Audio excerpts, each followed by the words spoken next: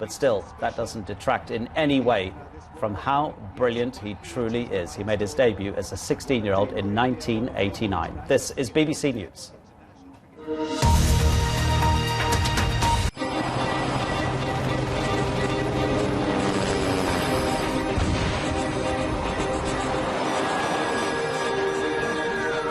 Make sense of international news at bbc.com/news. Funding was made possible by the Freeman Foundation of New York, Stowe, Vermont, and Honolulu, Newman's Own Foundation, and Union Bank.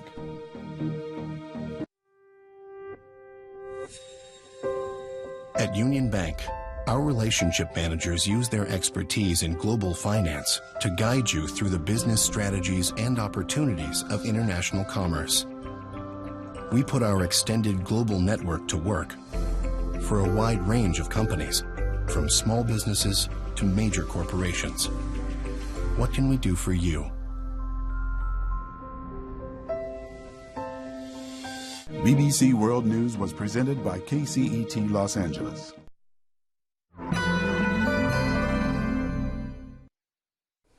Coming up next on KPBS Evening Edition, a bizarre twist in the Kony 2012 phenomenon. The co-founder of San Diego's Invisible Children was detained by police last night in Pacific Beach. And we'll tell you why students staged a walkout at a San Diego high school today. KPBS Evening Edition starts now.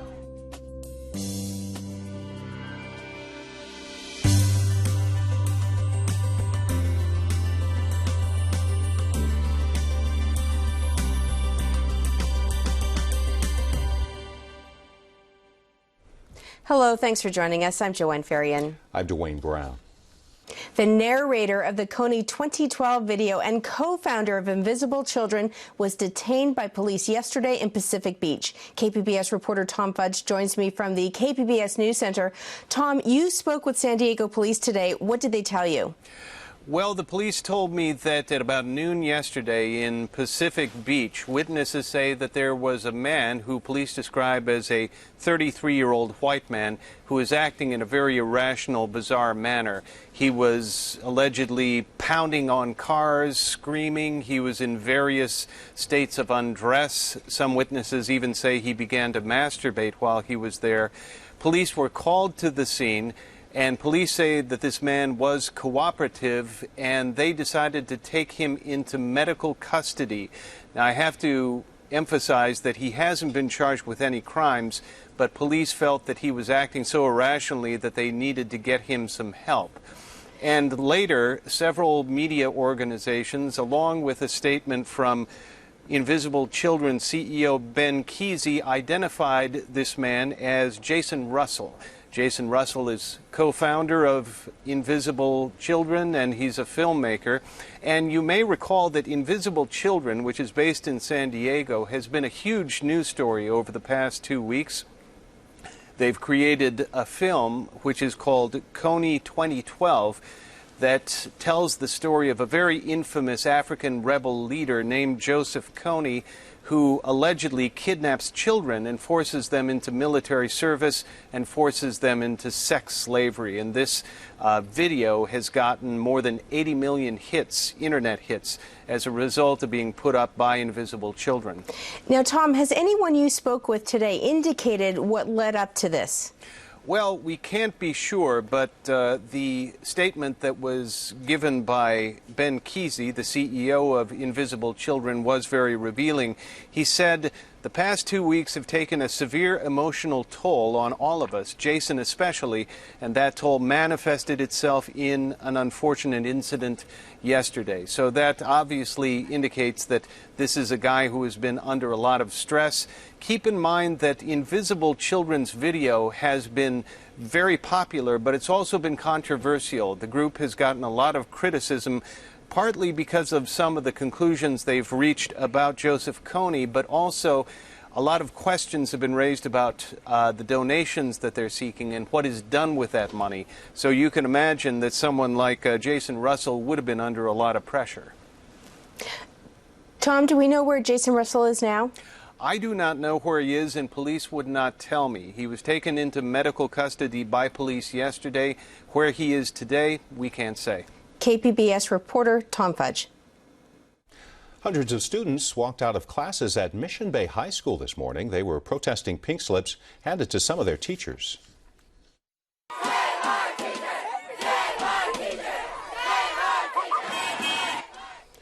13 Mission Bay teachers received layoff notices this week. San Diego Unified School District has plans to lay off more than 1,600 employees.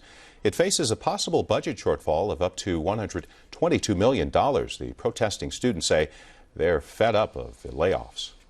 We have way too many kids in each class. We don't get one-on-one time with our teachers, and we're not passing our classes or the STAR testing or the CASIs, and it's just that's not okay anymore, and we need to fix it.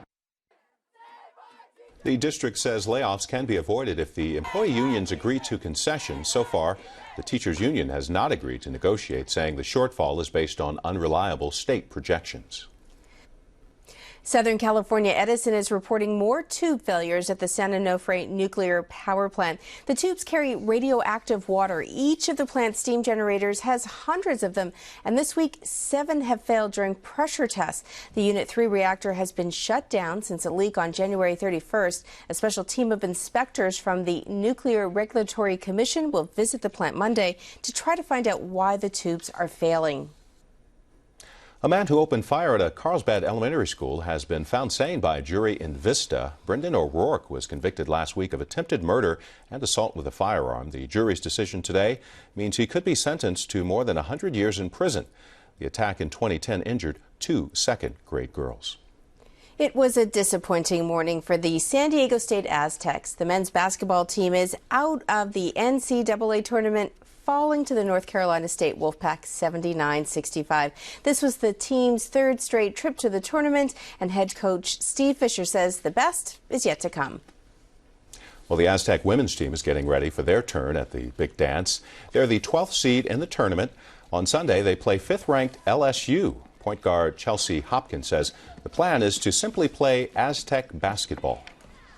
Here that starts with defense, so we're just gonna try to be the aggressor, try to play our game, which is very up-tempo and very fast, and kind of get LSU on their heels.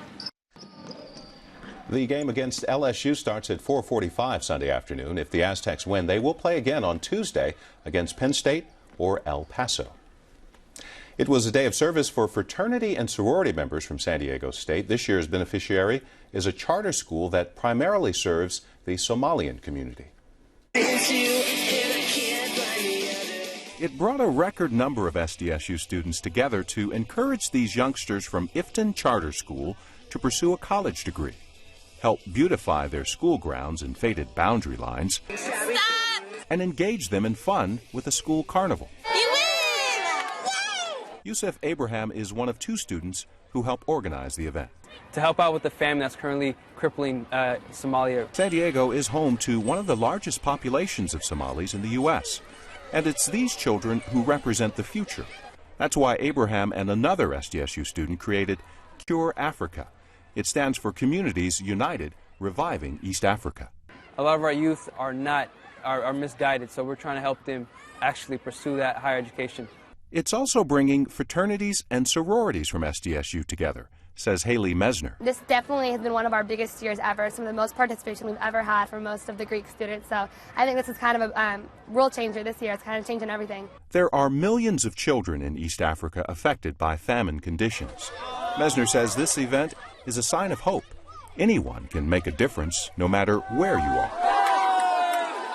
I think that Greek Week is one way we can kind of advocate for that and showing people that there is a way to make a difference, even if it's on a small local level. We can kind of advocate for the students here too. There is better tomorrow. There is hope, but there are people that do need our help out there still. Besides food, lack of water is a major concern for people in Somalia. This summer, the organizers of Cure Africa plan to return home to help construct wells to deliver water to people in Mogadishu. A water war and a political war of words. Those are the topics Joanne's discussing with her guests at the Evening Edition Roundtable. This week, KPBS hosted the first televised debate for the 52nd congressional seat. The mostly civil debate centered on health care, illegal immigration, finances, and gas prices. Was there a winner or a loser? We'll hear what our panelists have to say. And the San Diego County Water Authority got everyone's attention this week when it threw out words like shadow government and secret society. It's the newest round in the Water Authority's legal and public relations battle with Southern California's largest water wholesaler over rising water rates. Joining me to talk about the top stories are UT reporter Christopher Caldelago and 10 News managing editor J.W. August. Thank you both for being here. J.W., I want to start off with water. Set us up first. Why is this battle going on? What's the deal between these two agencies? It's about money. It's about power. It's about water. Water is our lifeblood, and historically it's always been an issue here, and it's heating up. Now, when we hear words like shadow government, secret society, these were actually words used in emails. Tell us more about that. Well, the local water is suing MWD up north, and they filed an Open Records Act as part of this, and they've got a bunch of emails, which is on their website now if you want to see what they are, and one of them, which I have here, actually is the one that everybody's been talking about because it references a secret society meeting, and also a contract with a company called Cordoba, which is a outside advisor consultant that the other water districts are using and shutting us out of things. So this is really our local water authority saying to this sort of larger umbrella organization, wait a minute, we think you're charging us too much, and we think you're meeting secretly about this. Absolutely. And they have pretty good proof with these emails. Things like a 9 a.m. meeting that everybody shows up at. The guys up in L.A. start meeting at 7:30 a.m. They meet for an hour and a half, and then San Diego shows up at 8 o'clock. They don't know what's going on. These guys have already discussed things. That's not right. And then they have all these consultants advising them on the side, and San Diego can't be involved in it. And when the San Diego asks questions, they're told they're stupid. You know, they said, you guys waste our time. There's a lot of bad blood. So. And even though, I think the point to make is even though MWD is LA based and we think of LA as just this big monolithic city, there's a lot of smaller member agencies around in all these Southern California counties, and there's also some smaller incorporated cities in LA.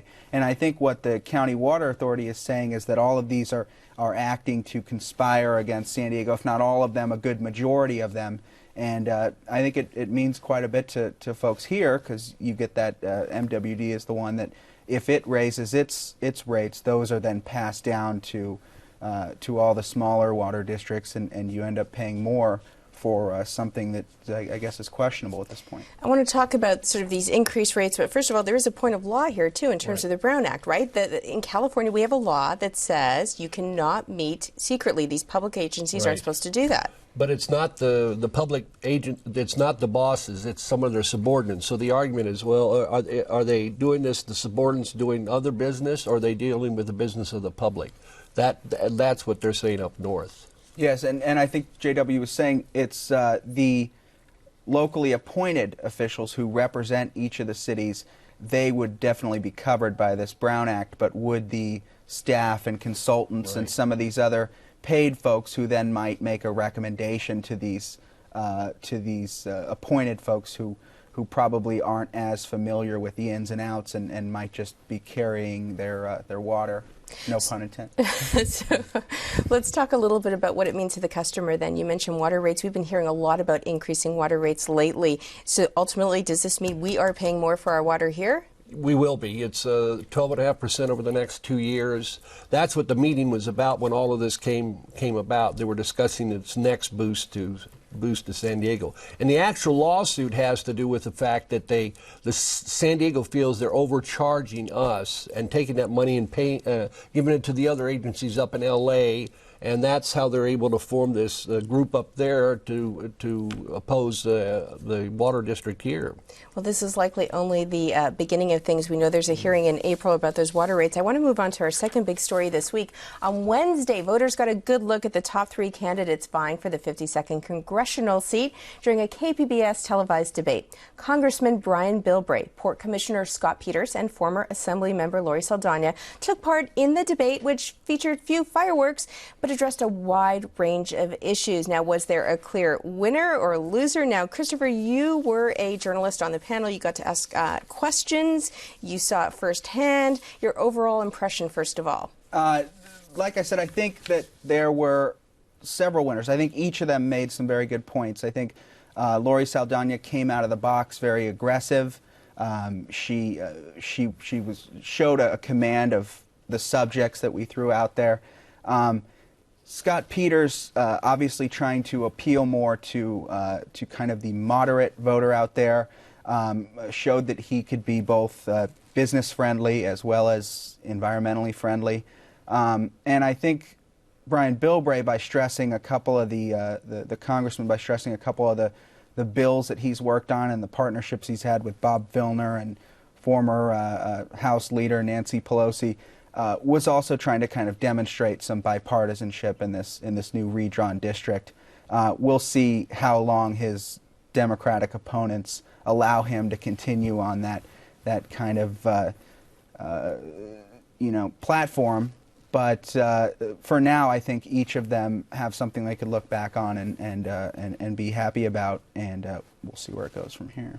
GW, were there any defining moments for you during this debate? Anything that really said, okay, that really is going to speak to that candidate? Or? Oh, I think the social issues, Planned Parenthood is going to be a hot-buttoned topic through the campaign. Of course, jobs, but still, that I think the fact that Bilbray voted to defund it, and then he seemed to contradict himself by saying he doesn't want Washington to get involved in his children's health issues, and I'm sure they're going to pound him on that.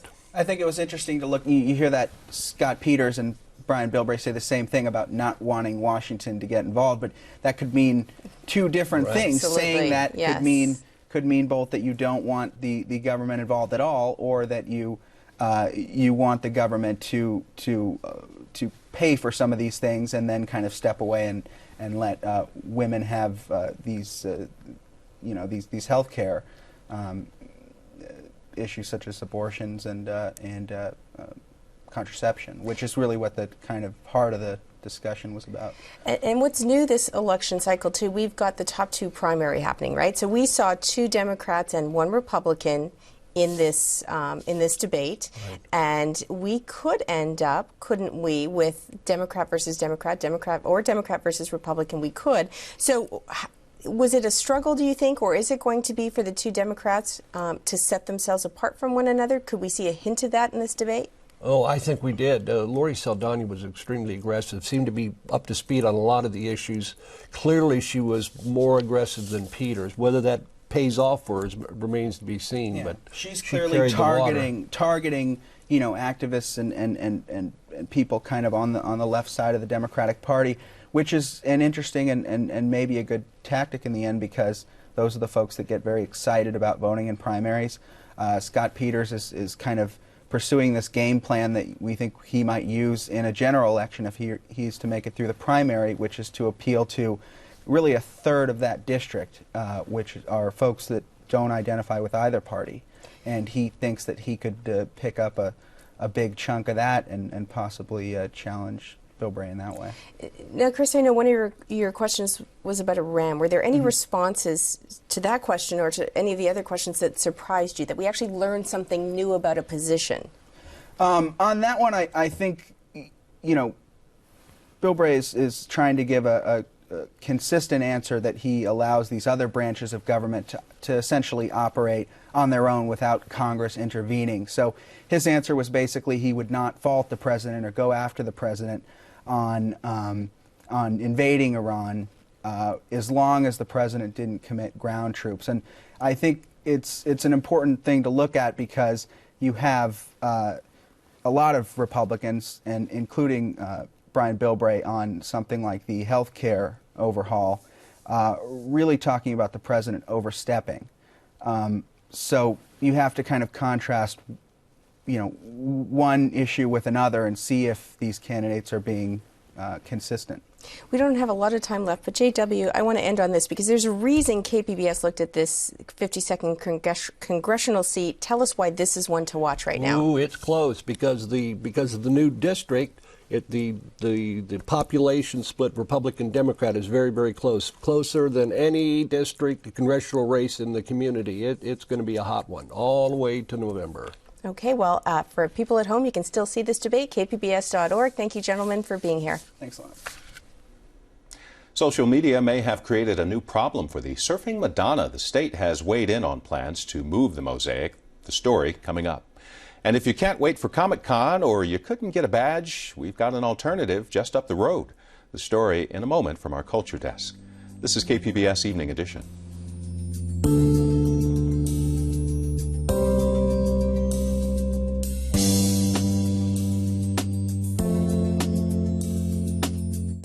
Hi, I'm Billy McLaughlin, and I hope you'll tune in for my concert, Starry Night with Orchestra Nova, right here on KPBS.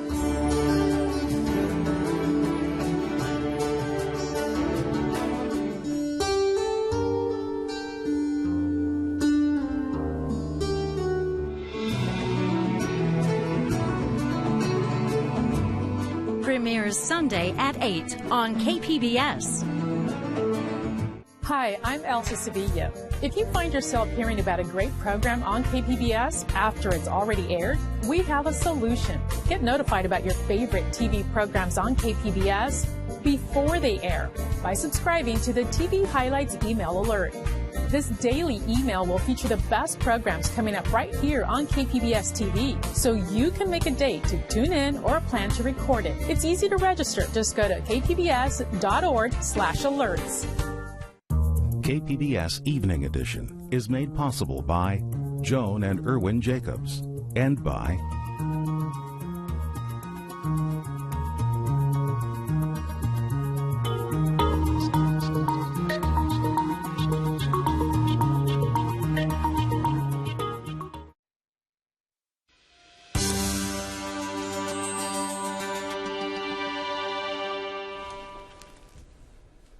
The Surfing Madonna will not move to Moonlight Beach after all. State Parks Department has denied a request to put the mosaic at the beach entrance.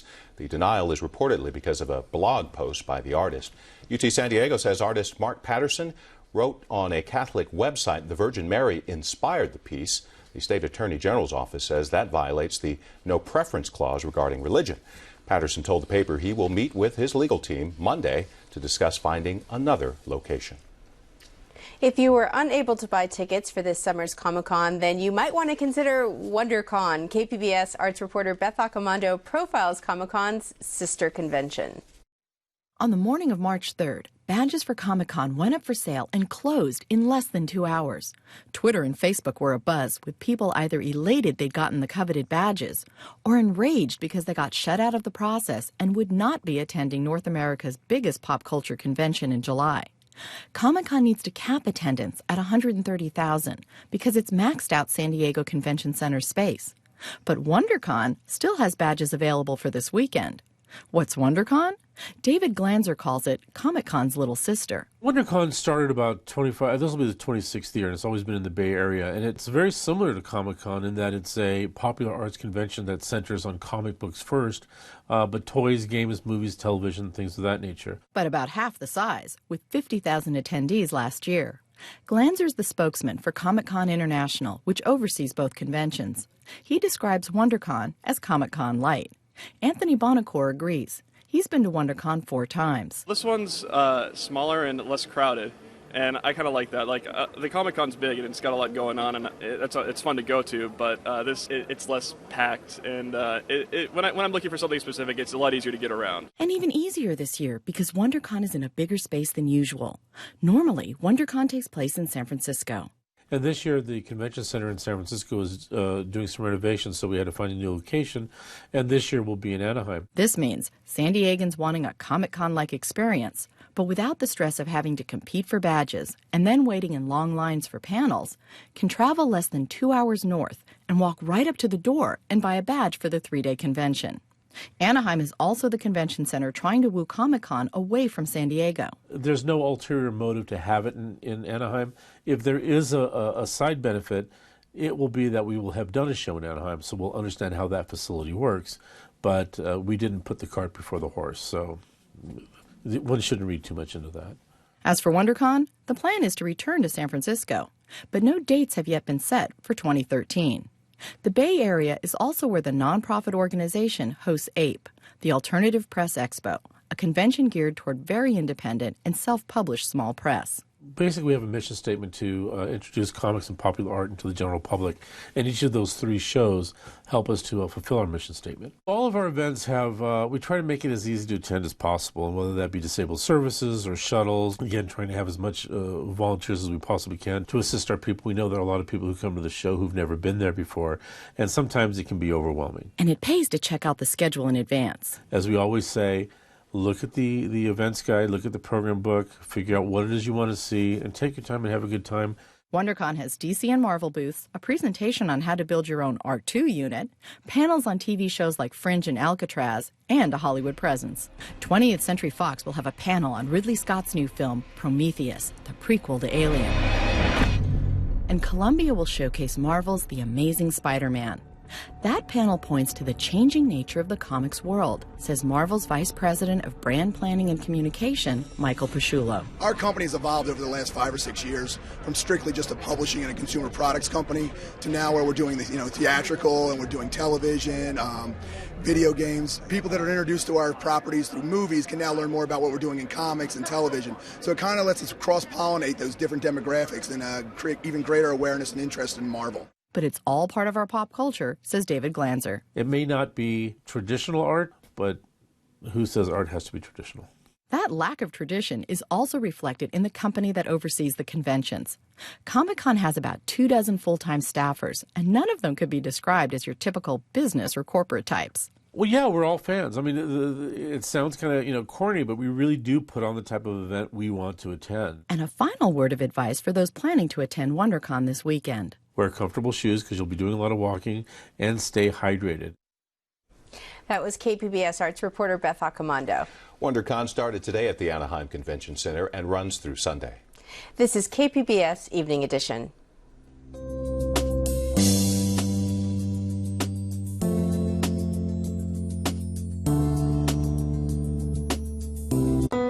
More than 2,000 journalists, more than 70 international news bureaus. Benazir Bhutto said she knew the risks in coming back. Get the bigger picture from the world's most trusted news and information source. You want the full story? Watch BBC World News. Watch BBC World News, weeknights, right here on KPBS. Because of our members, it's possible for everyone around us to discover something new every day, right here on KPBS. And in doing so, our members make this a better and stronger community. Thanks for your support.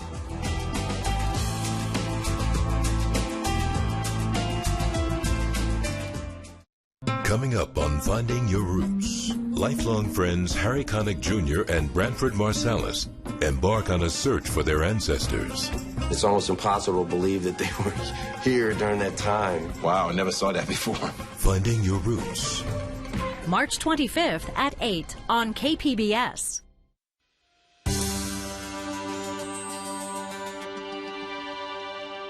Welcome back to the Public Square on KPBS Evening Edition. As we told you earlier, Jason Russell, co-founder of Invisible Children, experienced what looked like a very public breakdown in Pacific Beach yesterday.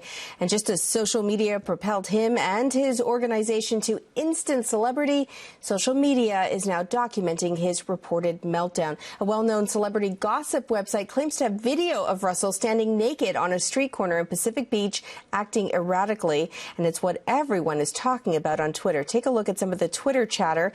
Now, Sarah Burchett writes, every staff member has been in my prayers since the beginning of this tour. I stand by with the ups and downs. Nate Tracy, it's just kind of sad. Invisible seems to be having a lot of issues these days. And finally, Steve Price, this is what over 100 million views can do to you. And if you want to weigh on this conversation, you can follow us on Twitter. Of course, you can like us on Facebook, and you can always email me directly, jfarian@kpbs.org. You can watch and comment on any of the stories you saw tonight on our website, kpbs.org/evening edition. Thanks for joining us. Have a great evening. Good night.